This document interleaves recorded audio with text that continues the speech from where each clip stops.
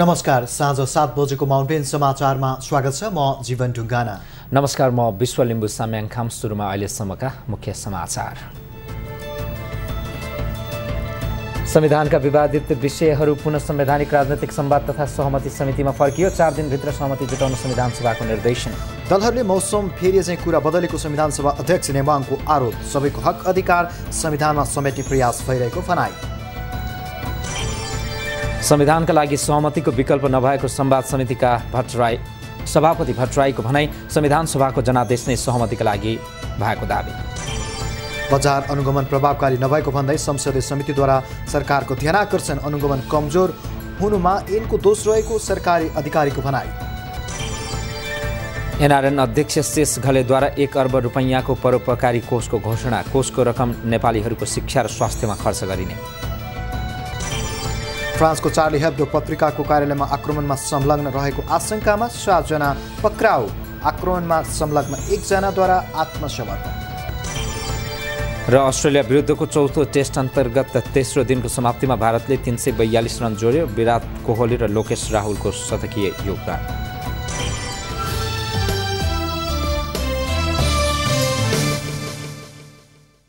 अब समाचार विस्तारमा। संविधानको विवादित विषयमा सहमति जुटाउन संवैधानिक राजनैतिक संवाद तथा सहमति समितिलाई 4 दिनको समय थप गरिएको छ। प्रमुख दलका शीर्ष नेताहरूसँगको परामर्शपछि बिहिबार बसेको संविधान सभा कार्यव्यवस्था परामर्श समितिको बैठकको निर्णय अनुसार संविधान सभा अध्यक्ष सुभाष चन्द्र नेवाङले विवादित विषयमा सहमति जुटाउन समितिलाई 4 दिनको समय थप गर्नुभएको हो। प्रस्तावको पक्षमा हुने मान्य सदस्यहरूले हुन्छ भन्नुहोला र यसको विपक्षमा हुने मान्य सदस्यहरूले हुन्न भन्नुहोला। यो प्रस्तावको पक्षमा हुने मान्य सदस्यहरूले हुन्छ भन्नुहोस्। यो प्रस्तावको विपक्षमा हुने मान्य सदस्यहरूले हुन्न भन्नुहोस्।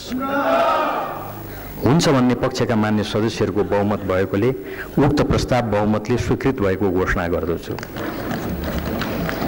मान्य सदस्यहरूले छलफलमा भाग लिँदा अभिव्यक्त गर्नुभएका विचार एवं सुझावहरू समेटी तयार पारिएका बुँदाहरू संवैधानिक राजनीतिक संवाद तथा सहमति समितिमा पठाउने व्यवस्था मिलाइएको बेहोरा जानकारी गराउँछु। मान्य सदस्यहरू संविधान सभाको बैठक 2071 पुस 29 गति बिहान 11 बजे बस्ने व्यवस्था मिलाएको छु। सभा अध्यक्ष नेवाङले समय थप गर्नुभएपछि राप्रपा नेपालका अध्यक्ष कमल थापाले प्रतिवेदनमा समय थप गर्ने उल्लेख नभएको भन्दै नियमापत्ति जनाउनु भएको थियो। यही संविधान सभाबाट निर्णय हुनुपर्छ, विधि र प्रक्रियाबाट हुनुपर्छ भन्ने भावना यहाँ व्यक्त हुने। अर्कोतर्फ केही सीमित राजनैतिक दलका सीमित नेताहरू जसले संविधान सभाको अधिकारलाई अपहरण गरी निरन्तर रूपमा संविधान सभालाई लाचार छायाको रूपमा रबर स्ट्याम्पको रूपमा प्रयोग गर्ने प्रयास गरेका छन्। अहिले उनीहरूकै पत्नीमा संविधान सभाको गरिमालाई, संविधान सभाको निर्णायकत्वलाई कुठाराघात गर्ने ढङ्गबाट फेरि पठाउने, संवाद तथा सहमति समितिमा पठाउने भन्ने जुन प्रस्ताव आएको छ, यो संविधान सभामा छलफलको क्रममा व्यक्त भएको भावना होइन भन्ने म सम्मान्य अध्यक्षज्यूको ध्यान आकर्षण गर्न चाहन्छु। थापाको नियमापत्तिमा सभाध्यक्ष नेवाङले नियम अनुसार नै समय थप गरेको स्पष्ट पार्नु भएको थियो। संविधान सभाको अर्को बैठक पुस 29 गते दिनको 11 बजे बसेछ। माउन्टेन समाचारमा अब पालो तपाईँको मतको।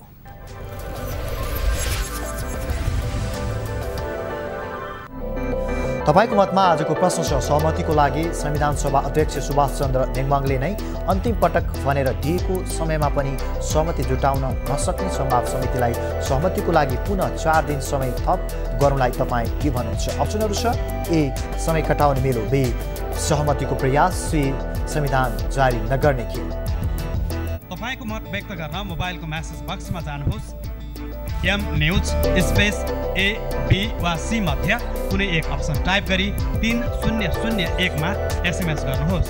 तपाईँको मतको अन्तिम नतिजा साँझ 7 बजेको माउन्टेन समाचारमा प्रसारण गरिनेछ। कृपया एसएमएस गरी तपाईँको मत व्यक्त गर्नुहोला।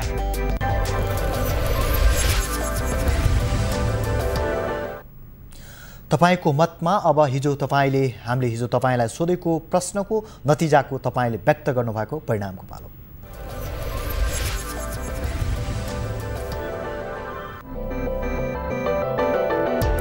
तपाईको मतमा हिजोको प्रश्न थियो सत्तारूढ दलहरू पुरानै संविधान भिउत्याउने खेलमा लागेको संवाद समितिका सभापति डाक्टर बाबुराम भट्टराईको भनाई। तपाईलाई के भन्नुहुन्छ? तपाईले मत व्यक्त गर्नुभएको अन्तिम नतिजा यस प्रकार रहेको छ।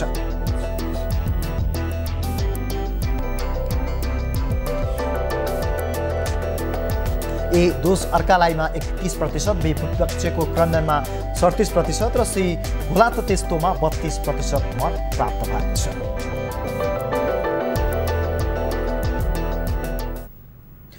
प्रमुख 3 राजनैतिक दल संविधानका विवादित विषय सहमतिको लागि फेरि संवैधानिक राजनैतिक संवाद तथा सहमति समितिमा पठाउन सहमत भएका छन्। बिहिबार प्रधानमन्त्री निवास बालुवाटारमा बसेको प्रमुख 3 दलको बैठकमा यस्तो सहमति भएको हो। बैठकपछि नेकपा एमालेका वरिष्ठ नेता झलनाथ खनालले विवादित विषय टुङ्ग्याउन फेरि संवाद समितिमा छलफल गर्ने सहमति भएको जानकारी दिनुभयो।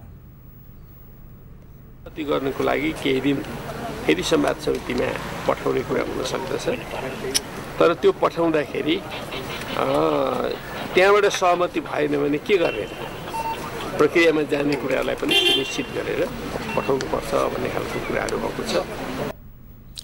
यसैगरी एकीकृत नेकपा माओवादीका नेता एवं संवाद समितिका सभापति डाक्टर बाबुराम भट्टराईले सहमति खोज्ने ठाउँ संवाद समिति भएकोले त्यहाँबाट सहमति खोजिने स्पष्ट पार्नुभयो। संवाद समितिमा 31वटै दलका प्रमुखहरू हुनुहुन्छ र सहमति निर्माण गर्ने उहाँहरूले हो। सभापतिले सभामुखले संयोजनकारी भूमिका मात्रै खेल्छ।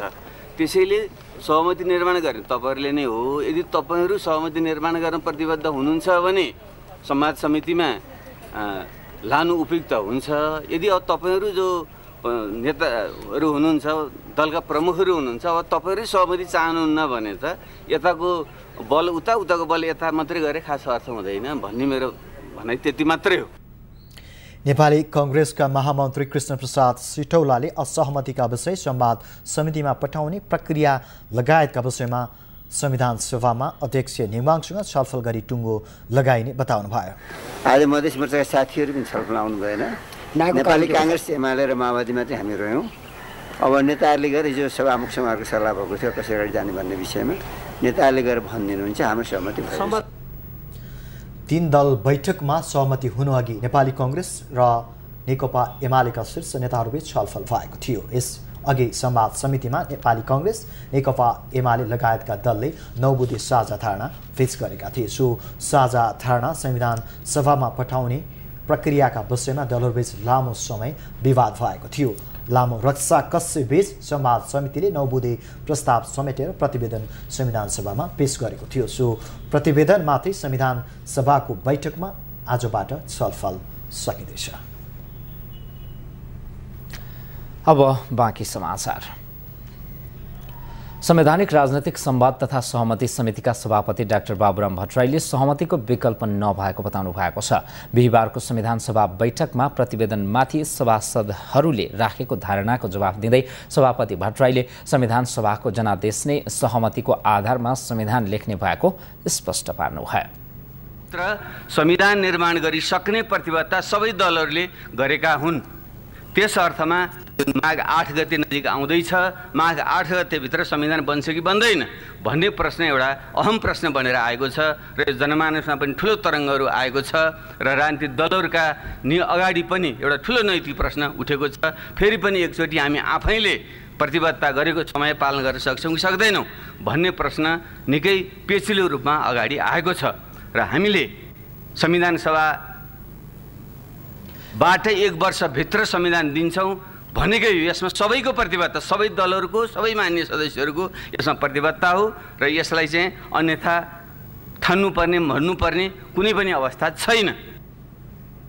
सभापति भट्टराईले 12 बुँदे सहमतिपछिका सहयात्री दलहरूका बीचमा महत्त्वपूर्ण विषयमा सहमति र सामान्य विषयमा प्रक्रियामा गएर टुङ्गो लगाउनु पर्नेमा जोड दिनुभयो। भोकाएकाले डाँडा वारी खाउँ भन्छ, अगाएकाले डाँडा पारी खाउँछ भन्छ। त्यसले हाम्रो समाजमा जब पुरानो राज्य सत्ता, पुरानो समाज व्यवस्थाबाट फाइदा उठाउँदै आएको जुन वर्ग शक्ति छ त्यसले यो परिवर्तनको एजेन्डालाई अलि पर धकलौँ, अलि ढिलो गरौँ भन्छ। उसले परिवर्तन पनि थोरै परिवर्तन होस् भन्ने चाहन्छ। जो उत्पीडनमा परेको छ, उत्पीडित वर्ग, जाति क्षेत्र, महिला, दलित, जनजाति, मधेसी लगायतका जुन समुदाय छन् उसले छिटो आफ्नो अधिकार प्राप्त होस्, बढी अधिकार प्राप्त होस् अथवा ओल्लो डाँडामै खाउँ भन्छ उसले।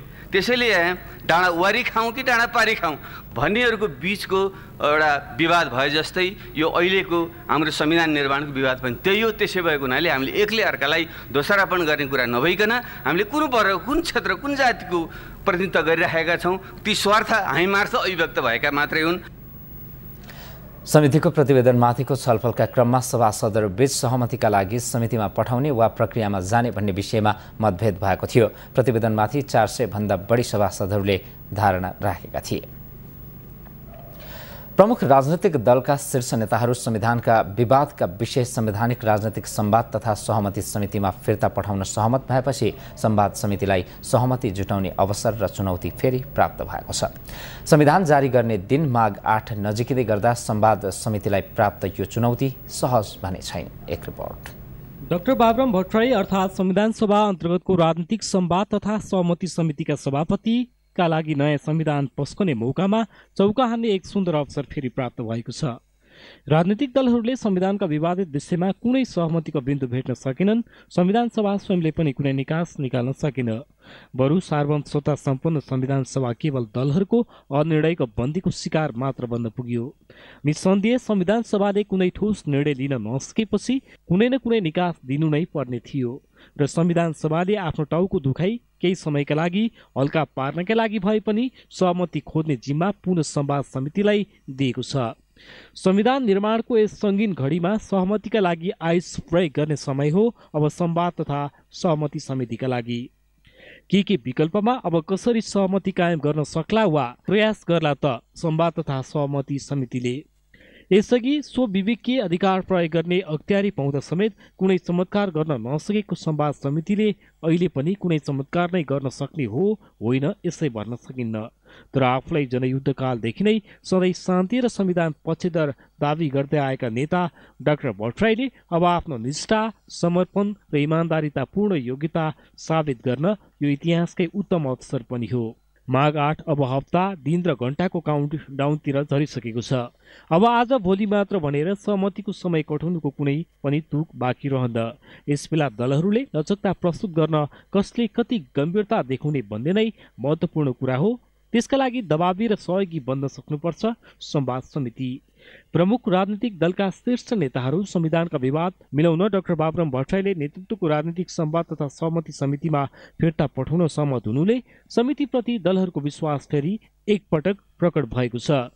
बिहिबार बसेको कांग्रेस, एमाले र माओवादीका शीर्ष नेताहरूको बैठकमा यस्तो सहमति गरेपछि समितिको भूमिका थप बढेको छ। भट्टराई नेतृत्वको समितिले यसअघि संविधान सभा अध्यक्ष सुभाष नेवाङलाई बुझाएको प्रतिवेदनमाथि संविधान सभा बैठकमा छलफल चले पनि कुनै निकास भने निस्केन।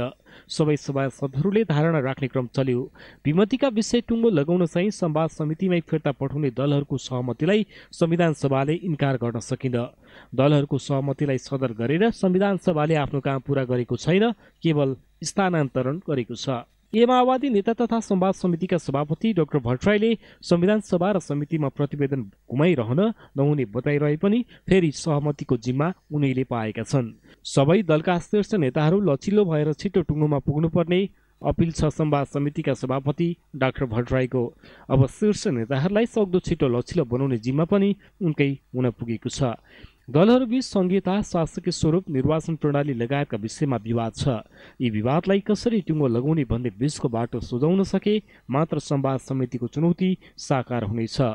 माओवादी अध्यक्ष पुष्पकमल दाहाल नेतृत्वको उच्च स्तरीय राजनीतिक समिति पनि मृतप्राय झैँ बनेको र प्रमुख दलहरूका शीर्ष नेताहरू पनि सहमति जुटाउन विफल भइरहेको बेला संवाद समितिले आफूलाई काबिल साबित गर्न सके पक्कै पनि सबैका लागि सुखद खबर बन्न सक्नेछ। अब पालो जनविचारको।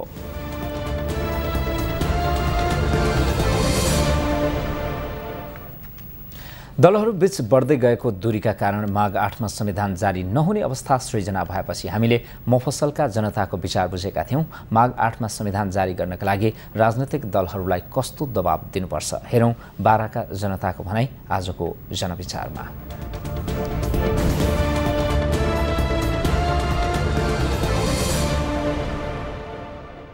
जनविचारका साथमा the Harry collection, Nepal's number 1 custom tailor.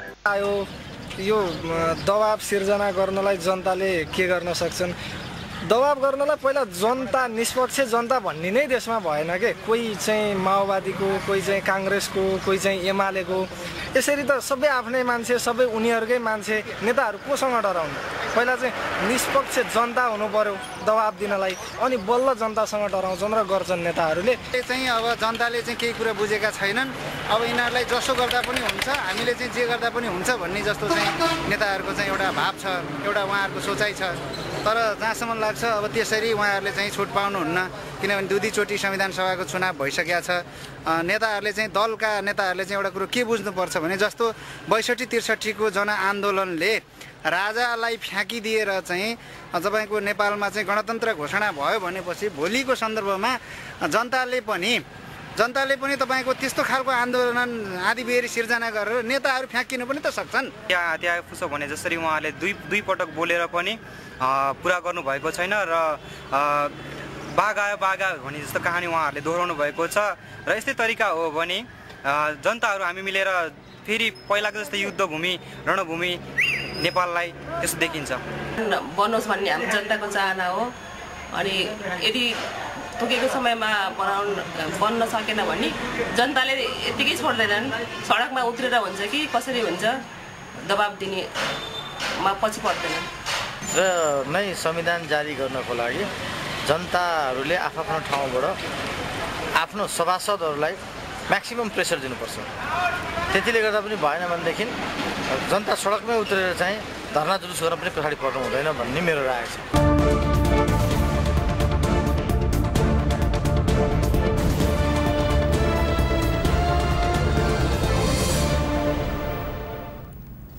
Mountain समाचारमा पालो भएको छ विश्रामको विश्राम अघि मुख्य समाचार। संविधानका विवादित विषयहरू पुनः संवैधानिक राजनैतिक संवाद तथा सहमति समितिमा फर्कियो। 4 दिनभित्र सहमति जुटाउन संविधान सभाको निर्देशन।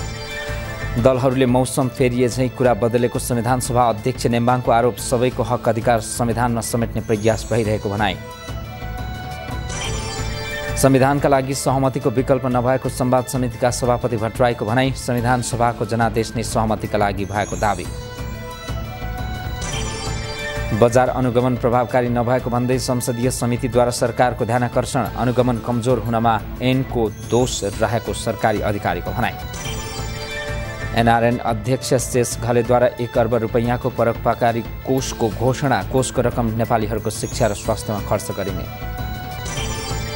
फ्रान्सको चार्ली हेब्डो पत्रिकाको कार्यालयमा आक्रमणमा संलग्न रहेको आशंकामा 7 जना पक्राउ। आक्रमणमा संलग्न 1द्वारा आत्मसमर्पण।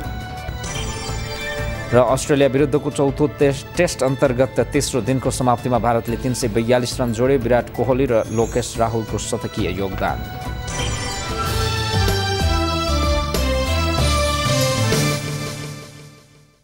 विश्रामपछि पुनः स्वागत छ माउन्टेन समाचारमा। अब बाँकी समाचार। संविधान जारी गर्ने मिति माघ 8 नजिकिँदै गर्दा संविधान सभाका अध्यक्ष सुभाष नेम्बाङलाई ज्ञापन पत्र बुझाउने क्रम बढेको छ। संविधान सभाका अध्यक्ष सुभाष चन्द्र नेम्बाङले बिहिबार 1 घण्टाको फरकमा विभिन्न 3वटा समूहका ज्ञापन पत्र बुझ्नु भएको छ। नेम्बाङले राष्ट्रिय मुस्लिम संघर्ष गठबन्धन, महिला कानुन र विकास मञ्च तथा संयुक्त महिला सङ्घको ज्ञापन पत्र पालै पालो बुझ्नु भएको हो। नेम्बाङ समक्ष राष्ट्रिय मुस्लिम संघर्ष गठबन्धनले मुस्लिम समुदायको पृथक राष्ट्रिय पहिचान सुनिश्चित गरिनुपर्ने, गैर भौगोलिक स्वायत्त मुस्लिम प्रदेशको प्रत्याभूति गरिनुपर्ने लगायतका 15 मुद्दे माग अगाडि सारेको छ। हकसँगै मुस्लिम हक पनि उल्लेख गरिनुपर्छ। 4 वर्षौंदेखि चरम विभेदको शिकार मुस्लिम लगायत महिला र दलितको हकमा संवैधानिक रूपमा क्षतिपूर्ति समेतको विशेषाधिकार प्रदान गरिनुपर्छ। यस्तै महिला कानुन र विकास मञ्च तथा संयुक्त महिला सङ्घले नेपाली आमा बाबुबाट जन्मिने सन्तानले आमा वा बाबुको नामबाट वंशजको नागरिकता पाउनुपर्ने माग गरेका छन्। 3वटै समूहको ज्ञापन पत्र बुझ्ने क्रममा संविधान सभा अध्यक्ष नेम्बाङले आफू सबै जातजाति भाषाभाषी वर्ग समुदाय र लिङ्गका हक अधिकार संविधानमा समेट्नुपर्ने पक्षमा रहेको स्पष्ट पार्नुभयो। यहाँले राख्नुभएका विषयहरू छन्, ती विषयहरूमा केही संविधानसँग सम्बन्धित छन्, केही तुरुन्तै सरकारले ध्यानाकर्षण हुनुपर्ने विषयहरू छन्। सबैलाई बराबरीको व्यवहार गर्नुपर्छ।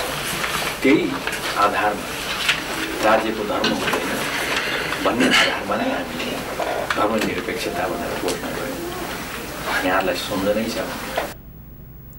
उहाँले आफू अन्तरिम संविधानको भावना अनुसार सबैका हक अधिकार सुनिश्चित हुने गरी संविधान बनाउन प्रतिबद्ध रहे पनि दलहरूले मौसम बदलिए अनुसार कुरा फेरेकाले संविधान निर्माणको काम जटिल अवस्थामा पुगेको बताउनुभयो। उपप्रधान तथा स्थानीय विकास मन्त्री प्रकाशमान सिंहले निर्धारित मितिमै संविधान जारी गर्न कांग्रेसले हदैसम्मको लचकता अपनाउने बताउनु भएको छ। नेपाल महिला संघ काठमाडौँले बिहिबार राजधानीमा गरेको कार्यक्रममा उपप्रधानमन्त्री सिंहले निर्धारित मितिमै संविधान जारी हुन कसैले रोक्न नसक्ने बताउनुभयो। उहाँले जनताको चाहना र नेपाली कांग्रेसलाई निर्वाचनमा दिएको जिम्मेवारीलाई कांग्रेसले नभुल्ने बताउनुभयो। ठुलो दलको हैसियत अनुसार हाम्रो चाहिँ जिम्मेदारी पनि त्यतिकै हुने भएको कारणले गर्दाखेरि यो संविधान समयमा चाहिँ जारी गर्नुको लागि यो चाहिँ अधिकतम यो चाहिँ सहमतिबाट चाहिँ गर्नुको लागि प्रयास अहिलेसम्म पनि चाहिँ त्यो प्रयास चाहिँ जारी भइरहेको छ र नेपाली कांग्रेसको चाहिँ जुन अडानहरू हुन् यी अन्तर्वस्तुहरूमा संविधानका यो संघीयताको विषयलाई लिएर शासकीय स्वरूपलाई लिएर निर्वाचन प्रणालीलाई लिएर न्याय प्रणालीलाई लिएर यी अन्तर्वस्तुहरूमा नेपाली कांग्रेसले यो चाहिँ लचिलो हुने हदसम्म चाहिँ लचिलो हुने। उहाँले विवादित विषयलाई टुङ्ग्याउन छलफल र संवाद जारी रहेको भन्दै विवादको गाँठो छिट्टै खुल्ने बताउनुभयो। उहाँले लेनदेनको आधारमा सहमति हुने भन्दै त्यसका लागि कांग्रेस तयार रहेको समेत स्पष्ट पार्नुभयो।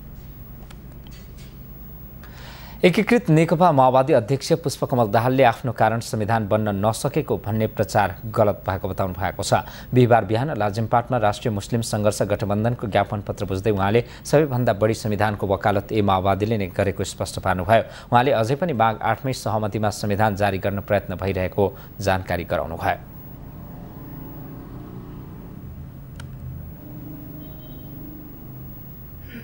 संविधान सभाबाट संविधान सबभन्दा बढी उत्पीडितहरूलाई चाहिएको छ, मुस्लिमलाई चाहिएको छ, मधेसी जनजाति दलित सबैलाई चाहिएको छ, महिलालाई चाहिएको छ। हामी माओवादी त संविधान सभाबाट संविधान होस् भन्नको निम्ति नै त्यत्रो बलिदान गरेको हुनाले हामीलाई संविधान सभाबाट संविधान हामीलाई चाहिएको छ।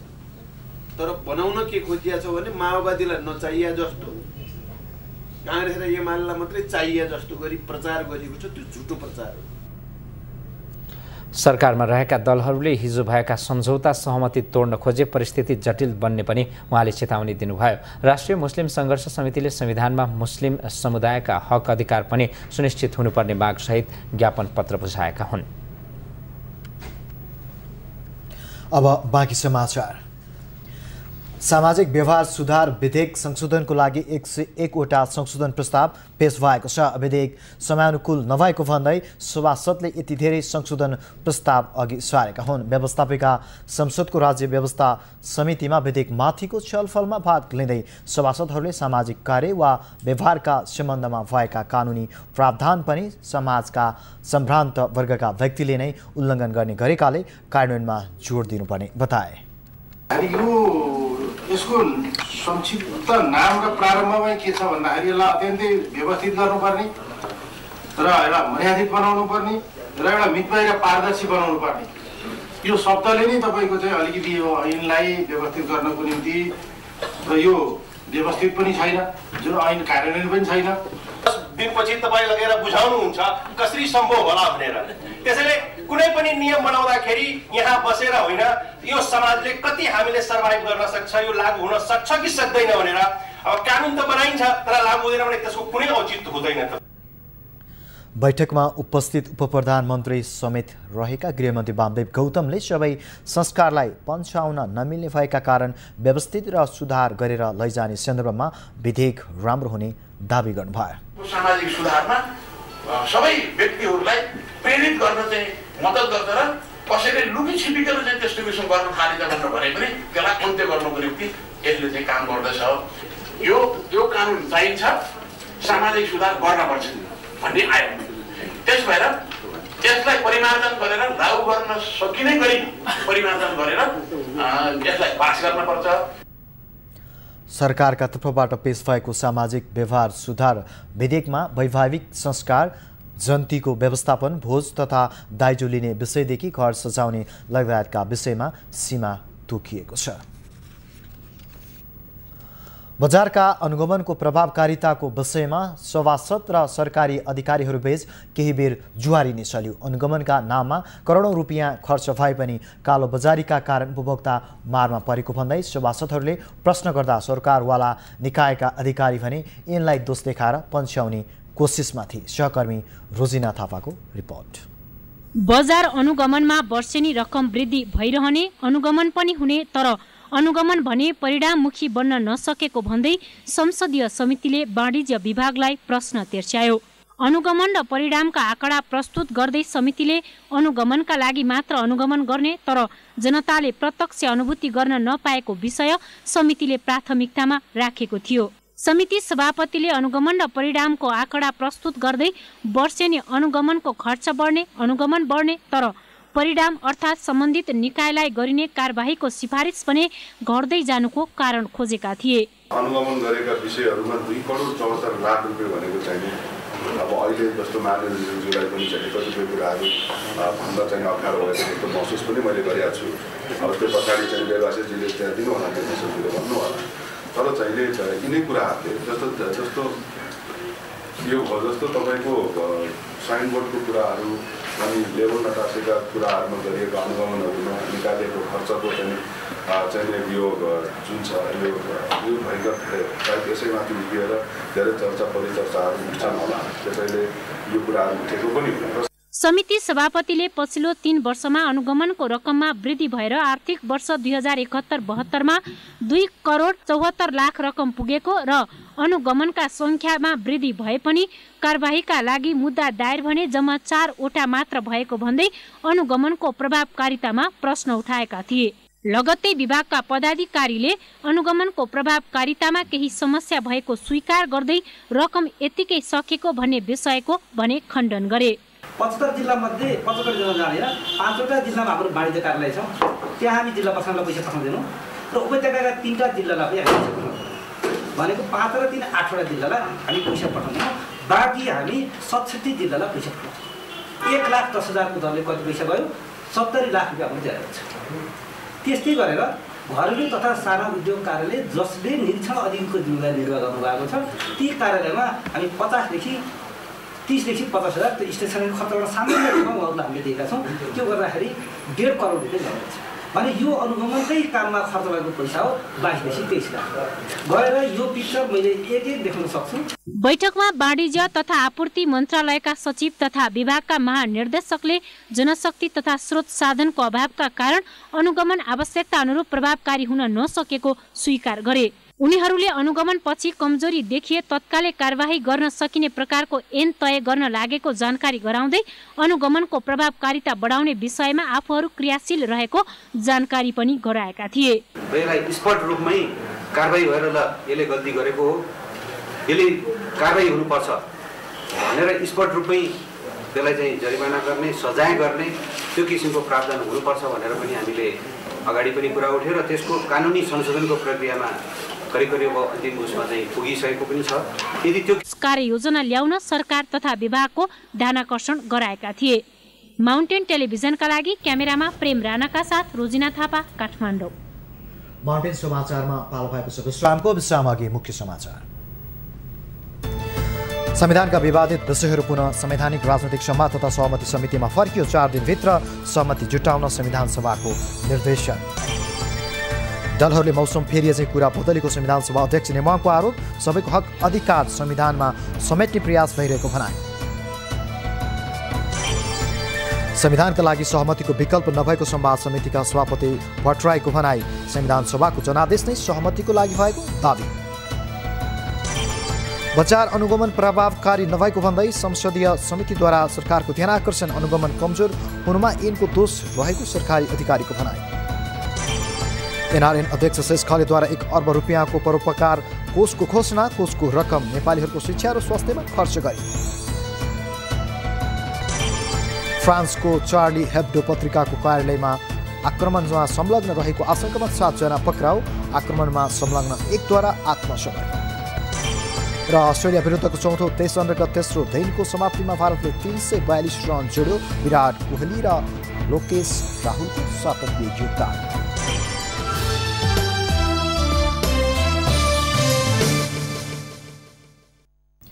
विश्रामपछि स्वागत छ। अब बाँकी समाचार।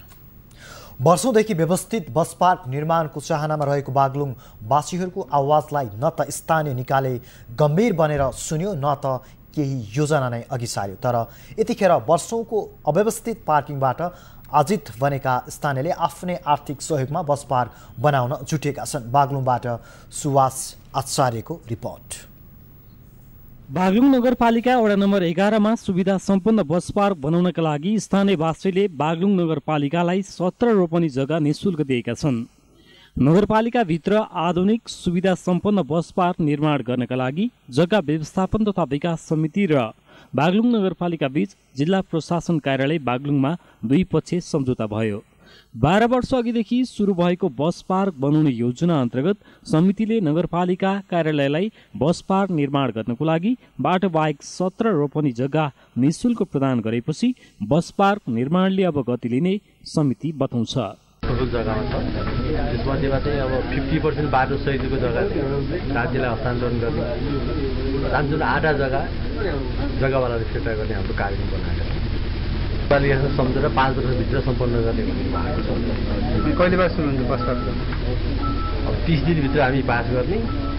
अब चाहिँ 1 वर्ष कार्यकालमा 2 वर्षभित्र चाहिँ सुरुवात गर्ने उहाँले सम्पूर्ण बनाउने जिम्मा चाहिँ नगरपालिकाको जिम्मा, जग्गा दिने काम चाहिँ अब जग्गा जिल्ला प्रशासन कार्यालयका जग्गा व्यवस्थापन समिति, नगरपालिका, राजनीतिक दल, सञ्चारकर्मीको रोह वर्मा, बागलुङ नगरपालिकाका कार्यकारी अधिकृत जगन्नाथ लामिछाने र जग्गा व्यवस्थापन समितिका अध्यक्ष सुभाष राज भण्डारीले सम्झौता पत्रमा हस्तान्तरण गरी बस पार्क निर्माणको लागि बाटो खुल्ला गरेका हुन्।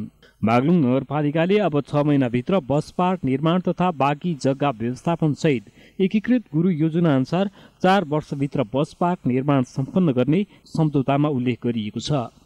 कुल 59 रोपनी क्षेत्रफल रहेको जग्गा मध्ये समितिले बस पार्क निर्माण गर्न 17 रोपनी जग्गा निःशुल्क प्रदान गरेर राम्रो काम गरेको जिल्ला प्रशासन कार्यालय बताउँछ।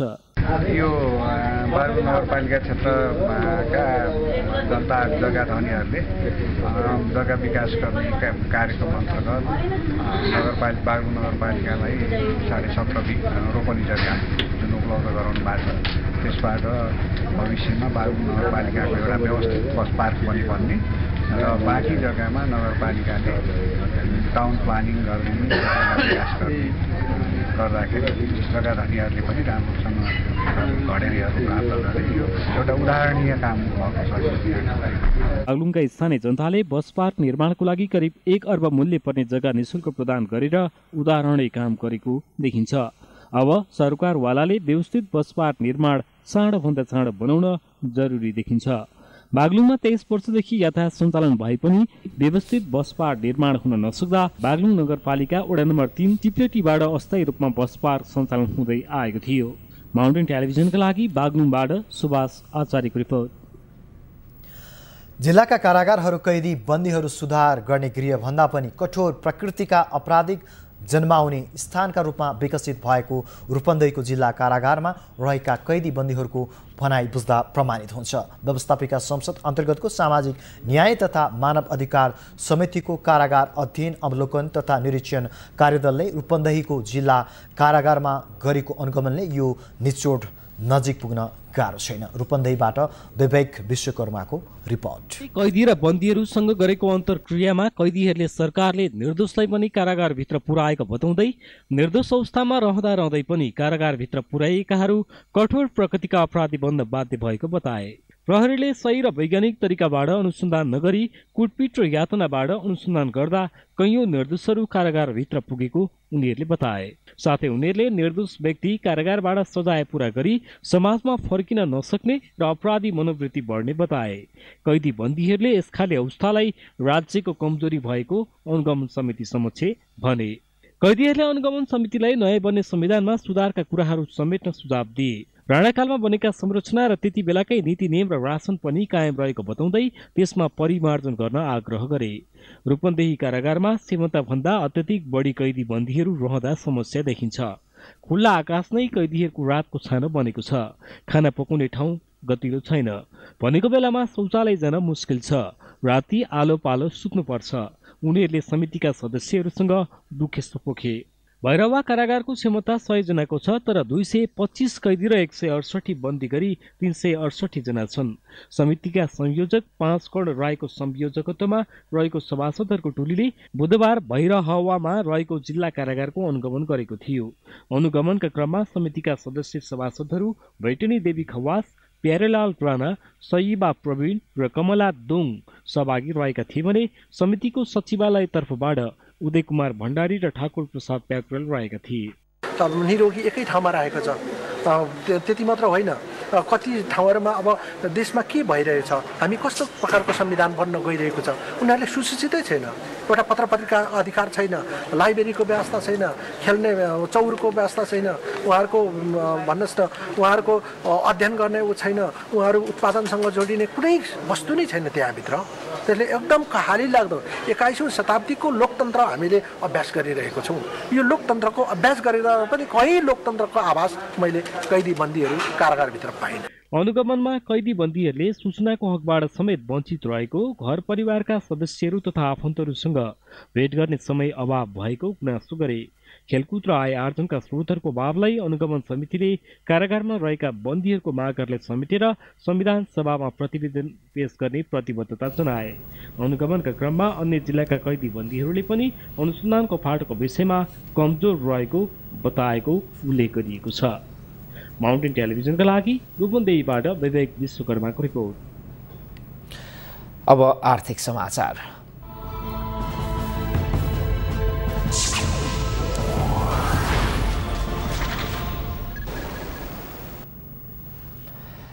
पर्यटन मन्त्रालयले पर्यटन रणनीति योजनाको प्रस्ताव मन्त्री परिषदमा लैजाने गरी अन्तिम तयारी गरिरहेको जनाएको छ। राजधानीमा जारी आर्थिक समृद्धि राष्ट्रिय बहस कार्यक्रममा बिहिबार पर्यटन मन्त्रालयका प्रवक्ता मोहन कृष्ण सापकोटाले पर्यटन विकासमा राज्यको तर्फबाट उल्लेख्य कार्य नगरेको स्वीकार गर्दै रणनीतिबाट पर्यटनको विकासमा आवश्यक सहयोग पुग्ने बताउनुभयो। बहसमा नेपाल उद्योग वाणिज्य महासंघका उपाध्यक्ष किशोर कुमार प्रधानले समग्र आर्थिक विकासमा राज्यले आँखा चिम्लेको आरोप लगाउनुभयो। कार्यक्रममा संयुक्त पर्यटन समन्वय परिषदका अध्यक्ष डीबी लिम्बुले पर्यटन क्षेत्र नेपालको अर्थतन्त्रको बलियो अङ्ग भए तापनि यसको प्रयोगमा राज्य चुकेको उल्लेख गर्नुभयो। उहाँले अन्तर्राष्ट्रिय विमानस्थलको सुधार र वैकल्पिक विमानस्थल छिटो बनाउने कार्यमा राज्य अग्रसर हुनुपर्नेमा जोड दिनुभयो।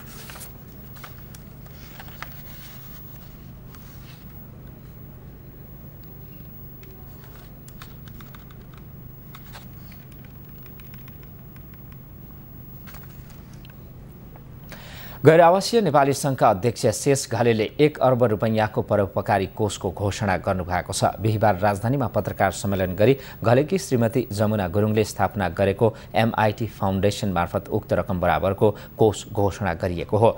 2 दशकदेखि अस्ट्रेलियामा MIT होल्डिङ मार्फत शिक्षा, पर्यटन र रियल इस्टेट क्षेत्रमा लगानी गरिएकोमा नेपालमा पनि सो रकमको घोषणा गर्नुभएको हो। कोषको रकम नेपालीको शिक्षा र स्वास्थ्यमा खर्च गरिने अध्यक्ष घलेले जानकारी दिनुभयो। क्षेत्रमा सहयोग गर्ने गरी 1 अरब रुपैयाँको परोपकारी कोष स्थापनाको घोषणा गर्दछौँ।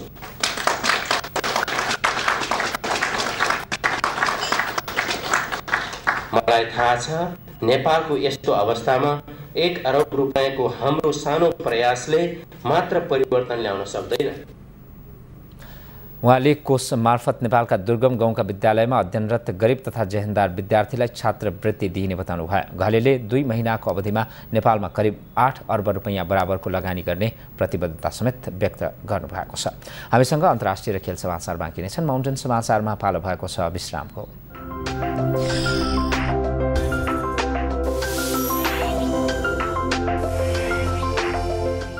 विकासको नयाँ सोच सँगै चालेका कदमहरू पूर्वदेखि पश्चिमसम्म फैलेका सञ्जालहरू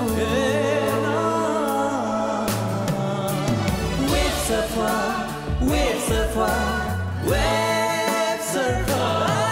अब साघुरिने छ यो संसार अटुट र द्रुत सञ्चार सबै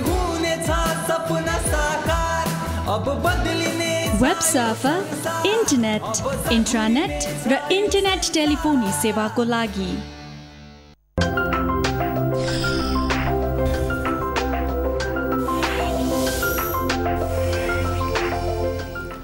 विश्रामपछि पुनः स्वागत छ माउन्टेन समाचारमा। अब अन्तर्राष्ट्रिय समाचार।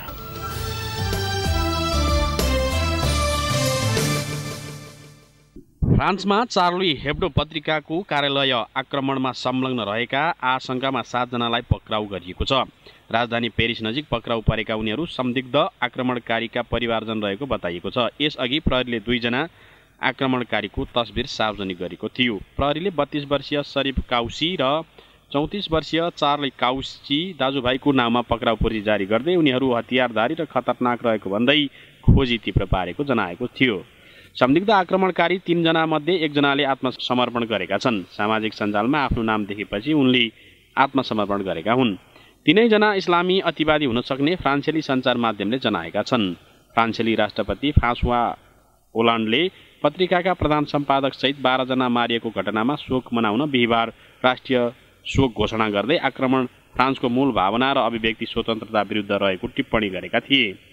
घटनाको विरोधमा शोक मनाउन राजधानी पेरिस सहितका शहरमा हजारौं नागरिक हातमा मैनबत्ती बोकेर स्वतस्फूर्त सडकमा ओर्लिएका थिए। चार्ली हेब्डोमा व्यङ्ग्यात्मक सामग्री प्रकाशन गर्ने गर्दछ। यसैबीच चार्ली हेब्डोमा भएको आक्रमणपछि देशभर तनाव चलिरहेका बेला पेरिसको दक्षिण इलाकामा स्थित एक मस्जिद नजिकै एक बन्दुकधारीले महिला प्रहरीमाथि गोली हानेका छन्। ती महिला प्रहरीको घटनास्थलमै मृत्यु भएको छ भने घटनामा अर्का एक व्यक्ति घाइते भएका छन्। स्थानीय प्रहरीले घटनाबारे थप खुलाएको छैन। पछिल्लो समय पत्रिकाले इस्लामिक लडाकु समूह बोको हरामका नेता अबु बकर अल बगदादीको कार्टुन ट्विट गरेको थियो। पत्रिकाले मुस्लिम धर्मगुरु मोहम्मदको अपमान गरेको भन्दै सन् 2011 को नोभेम्बरमा पनि पत्रिकाको कार्यालयमा आक्रमण भएको थियो। श्रीलङ्कामा बिहीबार कडा सुरक्षाका बीच राष्ट्रपति निर्वाचन सम्पन्न भएको छ। राष्ट्रपति निर्वाचनमा अहिलेका राष्ट्रपति महिन्दा राजापाक्से र उनका पूर्व मन्त्रीमण्डलका सदस्य मैथिपाला सिरिसेना भिडेका थिए। मतदान केन्द्रहरूमा सुरक्षा व्यवस्था कडा पारिएको थियो। खास गरी तमिल अल्पसंख्यक बाहुल्य क्षेत्रहरूमा सुरक्षा प्रबन्ध कडा पारिएको हो। छिटफुट घटना बाहेक निर्वाचन शान्तिपूर्ण रूपमा सम्पन्न भएको बीबीसीले जनाएको छ। विभिन्न आँकडाहरूले राजापाक्सेको पल्ला भारी भएको बताएका छन्। श्रीलङ्कामा सन् 2005 देखि राजापाक्से नेतृत्वमा रहेका छन्। सन् 2009 मा गृहयुद्ध सकिएपछि भएको निर्वाचनमा पनि राजापाक्से राष्ट्रपति निर्वाचनमा विजयी भएका थिए। राजापाक्सेले आफ्नो कार्यकाल 2 वर्ष बाँकी रहँदै राष्ट्रपति निर्वाचन घोषणा गरेका हुन्।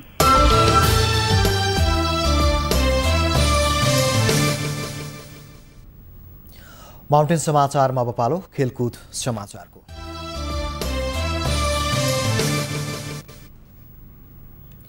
विराट कोहली र लोकेश राहुल चम्कदा भारतले अस्ट्रेलिया विरुद्धको चौथो टेस्ट अन्तर्गत तेस्रो दिनको समाप्तिमा 5 विकेट गुमाउँदै 342 रन बनाएको छ। यसअघि पहिलो इनिङ्समा अस्ट्रेलियाले बनाएको 572 रनको लक्ष्य पछ्याएको भारत अझै 230 रनले पछि छ। कप्तान विराट कोहली 140 रनमा अभिजित छन्। यसअघि भारतबाट लोकेश राहुलले 110 रन बटुले भने रोहित शर्माले 53 रन जोडे।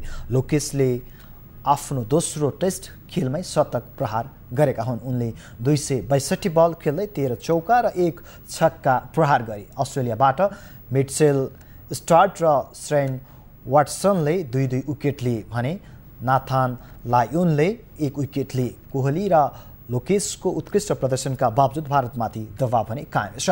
2-0 पछि परिसकेको भारतले जारी टेस्टमा बराबरीमै रोके पनि श्रृङ्खला गुमाउनु परेछ।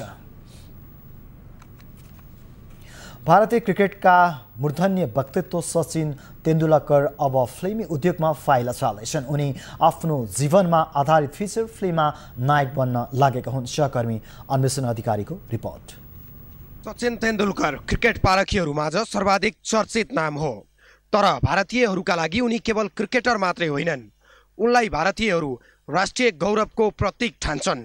जाति, धर्म र भाषाभन्दा सचिनको कद भारतमा ठुलो छ। सचिन तेन्दुलकरको त्यही ख्याति, लोकप्रियता र राष्ट्रका लागि उनले गरेको कदरको सम्मान गर्दै सरकारले गत वर्ष उनलाई भारत रत्नबाट सम्मान गरेको थियो। क्रिकेट पिचमा छक्का र चौका पड्काउँदै कुनै समय बालबालिकादेखि वृद्धसम्मको मन जित्ने उनै सचिन फेरि आफ्ना समर्थकमाझ देखिँदैछन्। अहिलेसम्म मिति तय नभए पनि कुनै शुक्रबार एकसाथ उनको जीवनी संसारका 200 सिनेमा घरमा प्रदर्शन हुनेछ। चलचित्रको नायक सचिन स्वयं नै हुनेछन्। आफ्नो जीवन कथामा उनको आफ्नै अभिनय समेटिनेछ। मुम्बईमा रहेको नट आउट 200 नामक फिल्म कम्पनीले सचिनको जीवन कथामा चलचित्र बनाउन लागेको छ। कम्पनीले त्यसका लागि सचिनको ब्रान्डको व्यावसायिक प्रायोजक वर्ल्ड स्पोर्ट्स ग्रुपसँग अधिकार समेत लिइसकेको छ।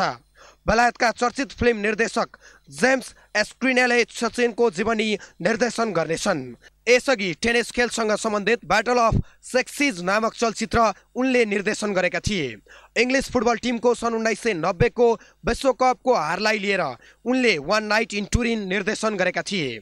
पछिल्लो पटक 34 वर्षको अल्प आयुमै ज्यान गुमाएका इटलीका चर्चित साइक्लिस्ट मार्को पान्टानीको जीवन कथामा आधारित एस्क्रिनेको चलचित्र हिट भएको थियो।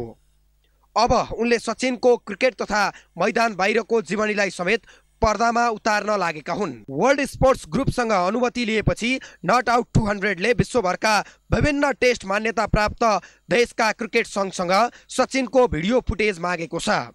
पछिल्लो पटक आफ्नो आत्मकथामा विवाद मुक्त रहने कोसिस गरेका सचिनको जीवनका थुप्रै रोचक र नौला घटनालाई चलचित्रले उनेको छ। सचिनका सम्बन्धमा विश्वका धेरै मानिस जानकार भएका कारण उनको बाहिर नआएका दुर्लभ घटनालाई चलचित्रले उजागर गर्ने एस्क्रिनेले बताएका छन्।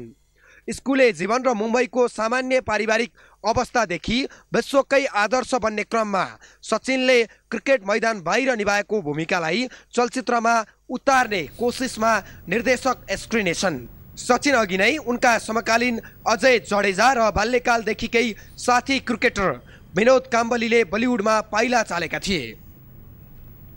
कोपा डेल रे फुटबलमा एथलेटिको मैड्रिडले रियल मैड्रिडलाई घरेलु मैदानमा हराएको छ। जितसँगै एथलेटिकोले पहिलो लेगको समाप्तिमा 2-0 को अग्रता लियो। एथलेटिकोबाट राहुल गार्सिया र मारिया गिमेनेजले एक गोल गरेका थिए। यसअघि गत संस्करणमा प्रतियोगिताको उपाधि जितेको रियल विरुद्ध फर्नान्डो टोरेजलाई समेत एथलेटिकोले मैदान उतारेको थियो।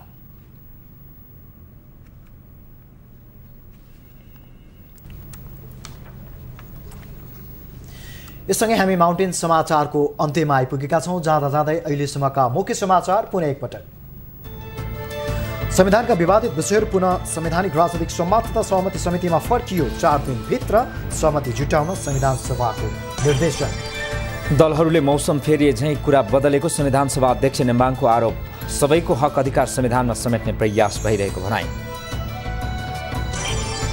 संविधानका लागि सहमतिको विकल्प नभएको संवाद समितिका सभापति भट्टराईको भनाई। संविधान सभाको जनादेश नै सहमतिको लागि भएको दाबी।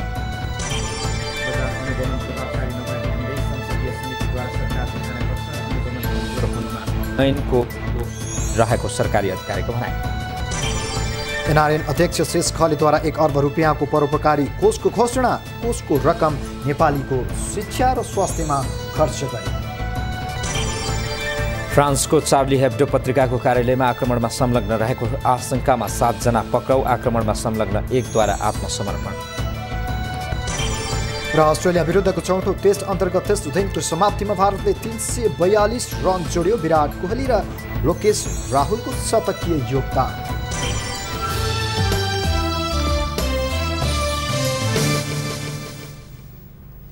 साँझ 7 बजेको माउन्टेन समाचार सकियो। हेर्दै रहनुहोला माउन्टेन टेलिभिजन। नमस्ते।